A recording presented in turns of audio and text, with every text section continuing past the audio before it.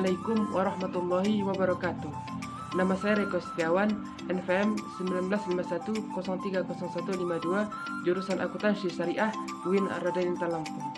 Baiklah, di sini saya akan menjelaskan sebuah studi kasus tentang transaksi internasional dan kontrak forward yang merupakan tugas untuk memenuhi ujian tengah semester mata kuliah Akuntansi lanjutan 2. Selamat menyimak. Baik, kita langsung saja membahas tentang soal dan jawaban terkait materi transaksi internasional dan kontrak forward. Berikut studi kasusnya. Akan saya bacakan soal yang telah saya buat. Untuk pertama, transaksi internasional. 1.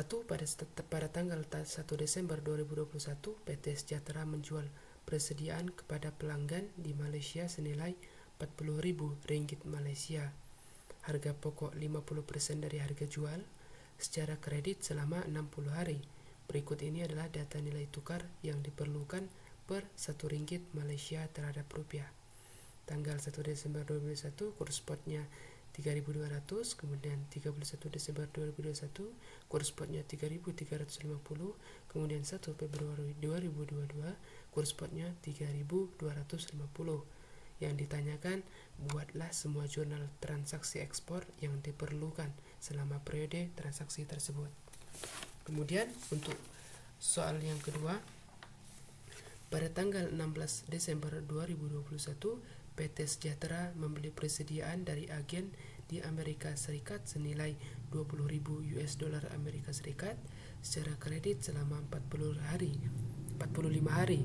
Berikut ini adalah data nilai tukar yang diperlukan. Tanggal 16 Desember 2021 kurs spotnya 14.200, kemudian tanggal 31 Desember 2021 kurs spotnya 14.050 rupiah, kemudian tanggal 1 Februari 2022 kurs spotnya 13.850 rupiah. Yang ditanyakan, buatlah semua jurnal transaksi impor yang diperlukan selama periode transaksi tersebut. Oke, terkait soal kasus ini akan kita jawab di Microsoft Excel. Nah, ini adalah jawaban dari soal studi kasus yang telah saya buat. Alhamdulillah, ini karya saya sendiri, buatan saya sendiri, tidak mengkopas dari sumber atau dari teman yang lain. Baik, untuk soal yang pertama ini ya, soal yang pertama yang saya bacakan tadi. Untuk mempermudah maka saya copy di jawaban juga. Yang pertama, harga jual keseluruhan katanya tadi Rp40.000 Malaysia per 1 Desember 2021 saat transaksi dan pengakuan di awal, yakni Rp40.000 Malaysia dikali Rp3.200, yaitu kurs spotnya ya, sama dengan Rp128 juta. Maka pada 1 Desember 2021 saat pengakuan awal transaksi dicatat jurnalnya piutang pada pendapatan penjualan sebesar Rp128 juta. Kenapa dicatat sebagai piutang? Ya, karena transaksi ekspor kita belum terselesaikan, makanya dicatat sebagai piutang. Kemudian dicatat lagi jurnalnya PPP pada persediaan Rp64 juta. Dari mana 64 juta? Dari dari 50% 124 juta, maka 50%-nya 124 juta, yaitu Rp64 juta. Kemudian karena transaksi ekspor ini belum terselesaikannya tahun depan, maka kita harus melakukan tutup buku untuk penyesuaian pada 31 Desember 2021. Maka harga jual Rp40.000 Malaysia dikali Rp3.350 dari ini ya, dari kurs per 31 Desember 2021 sama dengan Rp134 juta. Maka dicatat jurnalnya piutang pada keuntungan selisih kurs 6 juta. Kenapa dicatat keuntungan selisih kurs? Ya, karena yang awalnya kita mengakui piutang kita 124 juta karena terjadinya selisih perbedaan kur pada tutup buku 31 Desember yang menghasilkan piutang yang 134 juta, maka otomatis kita mempunyai keuntungan 6 juta. Maka ada keuntungan 6 juta, piutang 134 juta pada penyesuaian di akhir periode. Kemudian selanjutnya pada tahap penyelesaian di 1 Februari 2022 harga jual Rp40.000 Malaysia dikali Rp3.250 dari ini ya, dari kurs spot 1 Februari 2022 sama dengan 130 juta rupiah. Maka dicatat jurnalnya kas pada piutang 130 juta, kita mendapat 130 juta atas piutang. Kemudian dicatat lagi kerugian selisih kurs pada piutang 4 juta. Kenapa dicatat sebagai kerugian selisih kurs? Sebelumnya 4 juta ini dari mana? Dari 134 juta dikurang 130 juta sama dengan 4 juta. Kenapa 4 juta ini dicatat sebagai kerugian selisih kurs? Ya, karena tadinya kan kita mengakui piutangnya di penyesuaian sebelumnya 134 juta. Nah, saat di tanggal penyelesaian karena terjadi perubahan kurs yang awalnya 3.350 menjadi 3.250 saat penyelesaian, sehingga otomatis akan terjadi juga perbedaan pada piutang yang akan kita terima. Makanya karena terjadi perbedaan kurs spot yang tadinya piutang yang kita akui 134 juta, pada penyelesaian total piutang yang kita dapat 130 juta, sehingga kita mengalami kerugian selisih kurs sebesar 4 juta. Begitu teman-teman. Baik, jelas ya. Untuk soal yang kedua terkait transaksi internasional akan saya bacakan ulang ya biar makin ingat. Pada tanggal 16 Desember 2021, PT Sejahtera membeli persediaan dari agen di Amerika Serikat senilai 20.000 US dolar Amerika Serikat secara kredit selama 45 hari. Berikut ini adalah data nilai tukar yang diperlukan. Tanggal 16 Desember 2021, kurs spotnya 14.200. Kemudian tanggal 31 Desember 2021, kurs spotnya Rp14.050. Dan 1 Februari 2022, kurs spotnya 13.850. Yang ditanyakan, buatlah semua jurnal transaksi impor yang diperlukan selama periode transaksi tersebut. Ini transaksi impor, yang tadi ekspor, yang sekarang impor. Baik, impor. Pada 16 Desember 2021, harga persediaan 20.000 US dollar dikali 14.200 rupiah. Ini dari kurs spot 16 Desember, maka menghasilkan 284 juta rupiah. Maka menghasilkan jurnal persediaan pada hutang dagang sebesar 284 juta rupiah. Nah, kenapa dicatat sebagai hutang dagang? Ya, karena kita melakukan impor, namun impor tersebut belum terselesaikan. Kita membeli, namun belum terselesaikan. Terselesaikannya 45 hari kemudian, atau bisa dikatakan tahun depan, sehingga kita mencatatnya sebagai hutang dagang. Karena diselesaikannya tahun depan, maka kita harus melakukan penyesuaian terlebih dahulu saat tutup buku, yaitu 31 Desember 2021. Harga persediaan 20.000 US dollar dikali 14.050 rupiah, dari ini ya, dari kurs spot 31 Desember 2021, maka menghasilkan 281 juta rupiah. Dicatat jurnalnya, yaitu hutang dagang pada keuntungan selisih kurs yaitu 3 juta. Dari mana 3 juta? Dari 284 ini ya dikurang 281 juta sama dengan 3 juta.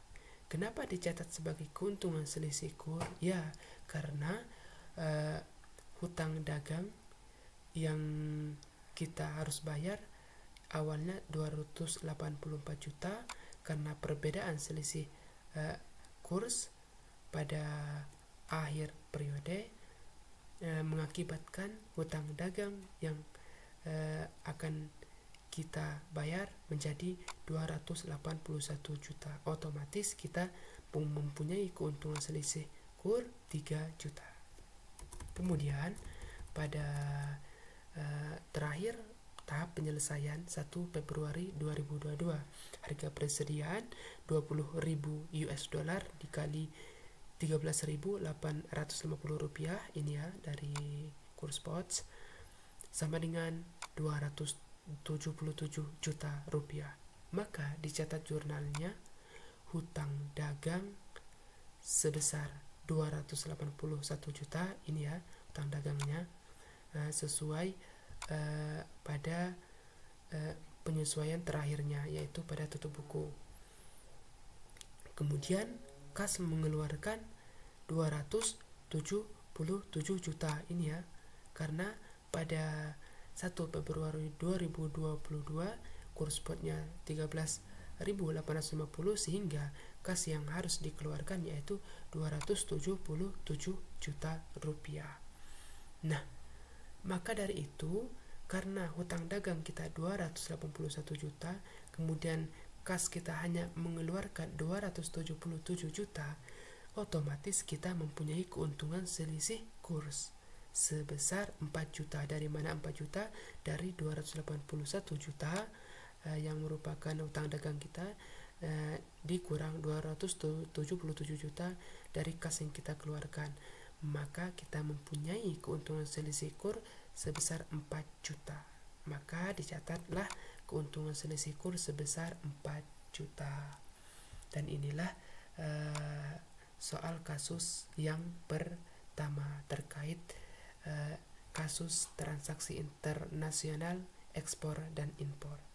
Untuk yang kedua, studi kasus yang saya buat yaitu terkait kontrak forward. Akan saya bacakan soalnya. Kontrak forward transaksi ekspor. PT Sejahtera menjual peralatan kantor ke perusahaan India 300.000 rupiah pada tanggal 20 April 2021 dengan penyelesaian dalam 60 hari. Pada tanggal yang sama, PT Sejahtera melakukan kontrak forward 60 hari untuk menjual 300.000 rupiah dengan kurs forward 1 INR sama dengan 175 rupiah untuk mengurangi risiko kerugian perubahan kurs. Berikut ini kurs spot yang berlaku. Tanggal 20 April 2021 kursnya 180 rupiah. Untuk 19 Juni 2021 kurs spotnya kursnya 170 rupiah. Yang diminta, buatlah jurnal-jurnal yang diperlukan terkait transaksi di atas, kemudian bandingkan pengaruh terhadap laba neto sebagai dampak dari penggunaan forward exchange contract. Kemudian soal yang kedua, transaksi impor. PT Sejahtera membeli mesin dari Kanada seharga 28.000 US dollar Kanada pada tanggal 10 Maret 2021. Pembayarannya akan jatuh tempo pada 8 Juni 2021. Selain itu, pada tanggal ini kelebihan. Pada tanggal 10 Maret PT Sejahtera juga melakukan kontrak forward 90 hari untuk membeli 28.000 US dollar Kanada dengan kurs 1 US dollar Kanada sama dengan 10.580 rupiah untuk mengurangi risiko kerugian perubahan kurs. Berikut kurs spot yang berlaku tanggal 10 Maret 2021 kursnya Rp10.570, kemudian 8 Juni 2021 Rp10.600. Yang diminta buatlah jurnal yang diperlukan terkait transaksi di atas. Kedua, bandingkan pengaruh terhadap laba neto sebagai dampak dari penggunaan forward exchange contract. Baik, kita akan mengulas jawabannya di Microsoft Excel. Yang ini jawaban tadi. Untuk yang jawaban terkait kontrak forward ada di set 2. Nah, ini soal yang saya bacakan tadi ya. Untuk soal yang pertama, nah ini jawabannya. Oke, untuk jawaban yang pertama, ekspor 20 April 2021, ya kita akan mencari transaksi penjualan ekspor. Kemudian yang kedua, transaksi kontrak forward. Yang pertama, harga Rp300.000 dikali Rp180 sama dengan Rp54 juta, sehingga menghasilkan jurnal piutang dalam rupiah pada pendapatan penjualan sebesar 54 juta. Ini 180 dari kurs spot 20 April 2021. Kenapa dicatat sebagai piutang? Ya, karena kita melakukan penjualan peralatan, sehingga dicatatlah sebagai piutang karena belum terselesaikan pada tanggal 20 April 2021, makanya dicatat sebagai piutang. Kemudian pada 20 April 2021 juga dilakukan kontrak forward, yaitu Rp300.000 dikali Rp 175 ini ya, dari perjanjian kontrak forward ini Rp175 sama dengan Rp52.500.000, sehingga dicatat jurnalnya piutang pada rupiah ya, pada hutang rupiah sebesar Rp52.500.000. Ini untuk kontrak forward. Piutangnya menghasilkan Rp52.500.000. Kemudian pada tanggal 19 Juni 2021 penyelesaian kontrak, dan yang kedua pelunasan piutang dari perusahaan India. Nah, harga Rp300.000 dikali Rp170 sama dengan 51 juta. Dari mana 170? Dari ini, dari kurs 19 Juni 2021 menghasilkan 51 juta, sehingga dicatat jurnalnya kerugian perubahan kurs pada piutang, yaitu sebesar 3 juta. Dari mana 3 juta? Dari ini. Dari mana ini? Dari 3 juta itu dari perbedaan piutang yang diakibatkan oleh perbedaan kurs. Yang awalnya piutangnya 54 juta, karena pada tanggal 19 Juni 2021 saat penyelesaian kontrak terjadi perbedaan kurs yaitu 170, sehingga kita mengalami kerugian perubahan kurs sebesar 3 juta. Piutang 3 juta. Mengapa mengalami kerugian perubahan kurs? Ya, karena yang seharusnya kita mendapatkan piutang sebesar 54 juta, karena perbedaan kurs, akhirnya pada saat penyelesaian kita hanya mendapatkan 51 juta. Makanya dicatat sebagai kerugian perubahan kurs, yaitu 3 juta. Kemudian kas, kita mendapatkan kas rupiah 51 juta pada piutang rupiah 51 juta. Kemudian selanjutnya ada perjanjian forward ya, yaitu kas rupiah pada piutang rupiah sebesar Rp52.500.000. Dari mana 52.500.000? Dari ini. Dari ini. dari ini ya, dari perjanjian forward yang disepakati tadi kan, yang kursnya 175 yang ada di soal tadi.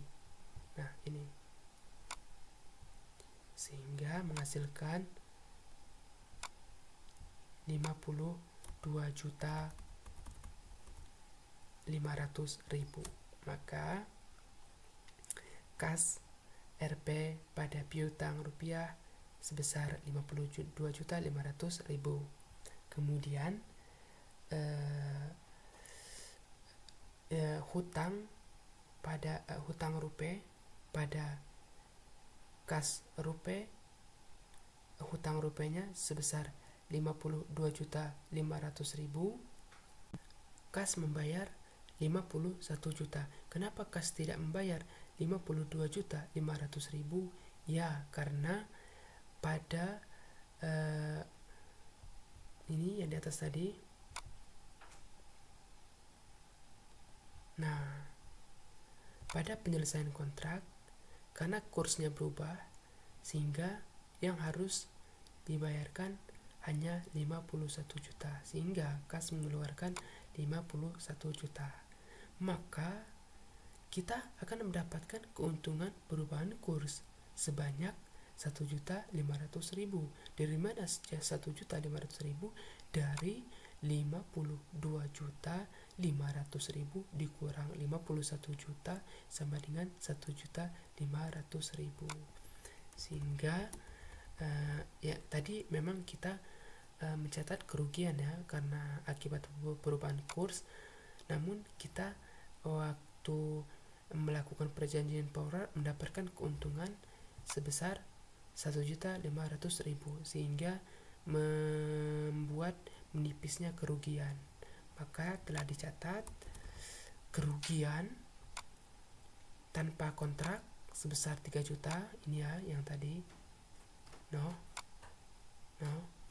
kerugian dia mengalami kerugian sebanyak 3 juta karena akibat perubahan kurs. Karena dia jika melakukan with contract atau kontrak forward, kerugiannya hanya 1.500.000 rupiah. Mengapa hanya 1.500.000 rupiah? Dari mana 1.500.000 rupiah ini? Dari 3 juta ini dikurang keuntungan yang dia hasilkan dari perjanjian forward, yaitu 1.500.000, maka sisanya 1.500.000. Sehingga kesimpulan, kerugian yang dialami tanpa kontrak 3 juta, jika with kontrak 1.500.000 rupiah. Oke. Untuk kasus kontrak forward yang kedua, transaksi impor, akan saya bacakan ulang ya soalnya agar lebih paham, karena udah lama nggak dibacakan kan, udah lama tadi siapa tahu udah lupa, jadi saya bacakan lagi. Transaksi impor. PT Sejahtera beli mesin dari Kanada seharga 28.000 US dollar Kanada pada tanggal 10 Maret 2021. Pembayarannya akan jatuh tempo pada 8 Juni 2021. Selain itu pada tanggal ini G-nya kebanyakan. Pada tanggal 10 Maret PT Sejahtera juga melakukan kontrak forward 90 hari untuk membeli 28.000 US dollar Kanada dengan kurs 1 US dollar Kanada sama dengan 10.580 rupiah untuk mengurangi risiko kerugian perubahan kurs. Berikut kurs spot yang berlaku tanggal 10 Maret 2021. Kurs spotnya 10.570 rupiah. Kemudian 8 Juni 2021 10.600 rupiah kursnya.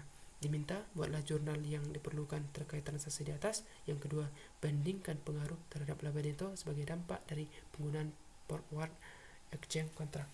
Oke, yang pertama ini soal impor ya. Berarti impor 10 Maret 2021 membahas tentang transaksi jual beli impor, kemudian transaksi perjanjian kontrak forward. Yang pertama, transaksi jual beli impor, kurs spot 28.000 US dollar Kanada dikali Rp 10.570. Ini dari kurs spot ya, jadi ini sama dengan 295 juta Rp960.000. Transaksi jual beli impor maka menghasilkan jurnal persediaan pada hutang US dollar Kanada sebesar Rp295.960.000. Kenapa dicatat sebagai hutang? Karena kita melakukan impor namun belum terselesaikannya 90 hari ke depan, sehingga dicatat sebagai hutang.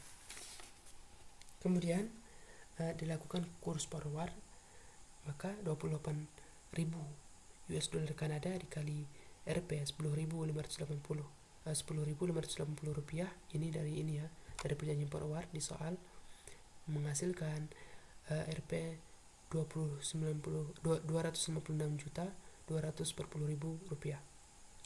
Maka jurnalnya piutang US dollar Kanada pada hutang rupiah sebesar Rp296.240.000 rupiah. Ini karena dilakukan kurs forward. Nah, kemudian selanjutnya pada 8 Juni 2021 saat pelunasan dan eksekusi kontrak. Ini tadi ya di soal katanya dilakukan pelunasan dan eksekusi kontrak 90 hari dari penjualan. Jadi 90 hari dari penjualannya yaitu 8 Juni 2021. Maka kurs spot 28.000 US dollar Kanada dikali 10.600 rupiah, ini dari kurs spot 8 Juni menghasilkan 256.800.000 rupiah. Maka jurnalnya kerugian perubahan kurs pada hutang 840 juta. Dari mana 840 ribu, maaf, bukan 240 juta tapi 840 ribu. 840 ribu. Dari mana 840 ribu ini? Dari mana ayo? Dari ini ya, dari 20 ini mana tadi? Dari 29.295 juta mana tadi? Bukan.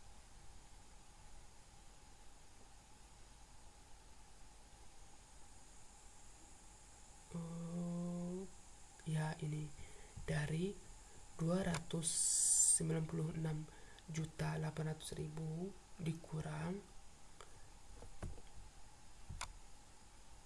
295.960.000, maka menghasilkan 840.000. Nah, kenapa kok ini dengan yang di atas beda? Ya, karena ini diakibatkan karena terjadi perubahan kurs, sehingga yang awalnya hutang kita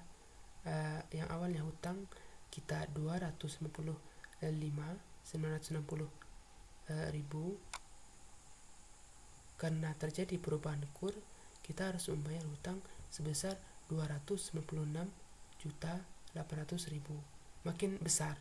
Makanya kita mengalami kerugian. Selisih antara ini dan yang tadi, selisihnya 840.000.